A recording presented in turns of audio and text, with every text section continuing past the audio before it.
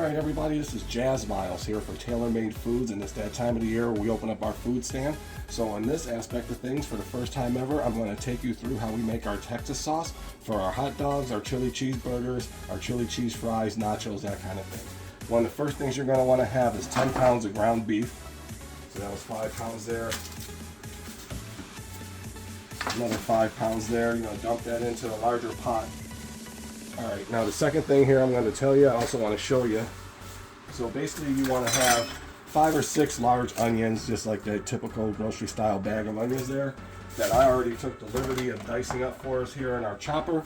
So you're also going to want to add the onions to the ground beef with that right there. You're going to want 2 cups of oil, vegetable oil, your fryer oil like you were using your deep fryer.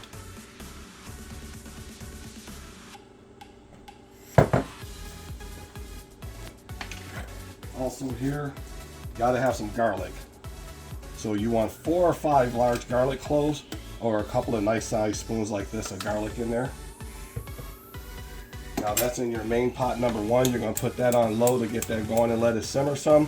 In your other smaller pot, you have water up to approximately, I'd say I have about 2.5 gallons of water in there. And to that 2.5 gallons of water, you want to add a number 10 size can of tomato puree. Or if you don't have a Costco or a large shopping store, Sam's Club selling that, you could also go to the store and pick up some 29 ounce cans that I have here. So you're going to want to add 4 or 5 of these to this pot of boiling water. And you're going to let both of these two here simmer on low. This is where you get to make or take a break. You're going to stir this every once in a while so the tomato puree doesn't start sticking to the bottom of the pan. You already know how to take care of ground beef, onions, and garlic with the oil inside here. Overall, when it's said and done, if you were using 2 pots similar to this style, the contents of this pot is going to come right down to the lower 2 bolts, so maybe inside the bolt area by the time you're done adding your contents to it. Because I will be flushing these cans out with water in between these segments here. This is segment 1 of how TaylorMade Foods in Buffalo, New York, TaylorMade Foods2Go, 850 Walden Avenue, Buffalo, New York, 716-424-7834. We're available on eBay. We're also available on Amazon, and we're showing you how we make our Texas sauce for our chili cheese dogs, chili cheeseburgers, and that kind of thing there. So we're going to get an overhead shot here of what's going on with this pot with the onions and the ground beef. This is going to take a while, so that's why we're breaking this down into a couple of segments. And when we come back, we'll show you how the magic continues. My cameraman, I'm going to tip so you can see the ground beef is still kind of pink, but mostly cooked. So I say like 65-70% cooked. And then over here, we've had this simmering for a while, so it's nice and ready. Now, generally, making this recipe, this is a 1 gallon bowl. I basically order these. We have these available on our site. You order these here. I get 6 to about 8 of these out of the batch, but the size varies upon the size pot that you use. I choose these bowls because I have a smaller food stand and these fit into the fridge that I have. But it's entirely up to you how you go about containing it after the fact, or how much you actually get from it, but you can expect at least 6 gallons just from following the recipe based upon here. So now we're ready to take what is the most important part of this, and that's our TaylorMade seasoning mix here that we use, our own special blend of mix and spices here.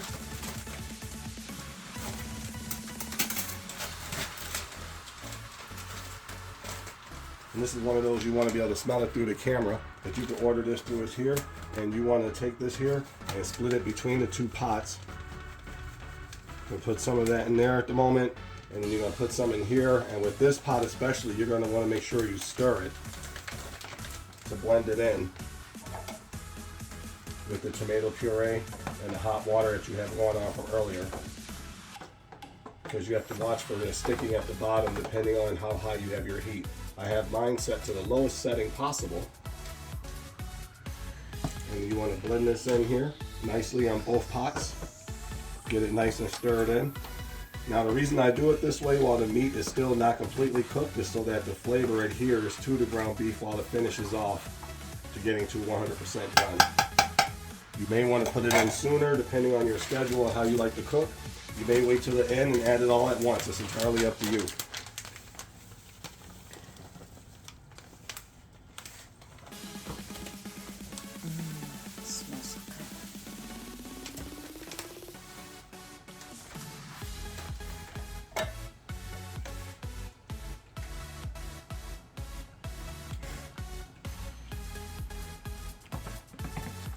keeping in mind about clumping and everything, you want to thoroughly give it a stirring. Come back to it every few minutes to make sure that it's not sticking at the bottom of the pot. And when we come back, we'll do the final process here, which will be blending these two pots together. And we'll have a complete setup for the Texas sauce, your chili cheese sauce. You can use it on nachos, fries, burgers, dogs, omelets, put it inside of a salad, multi-purpose sauce mix. All right, we'll be right back.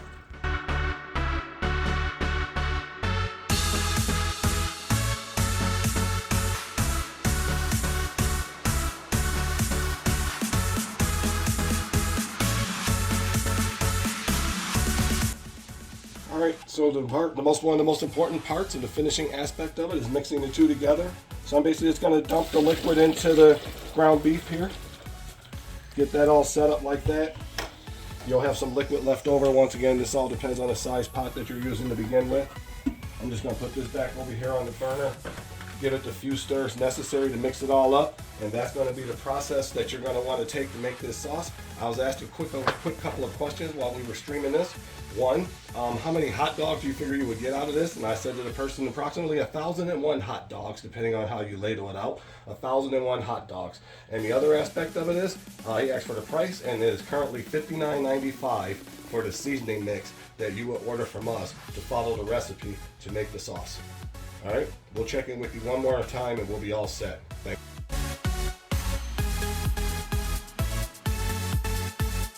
All right, so now we're at that part that's called the moment of truth. Right before we get to it, I do want to show you, we have our seasoning, our rub mix available. So this is great on ribs. You can make barbecue burgers with this, fish, it works like that.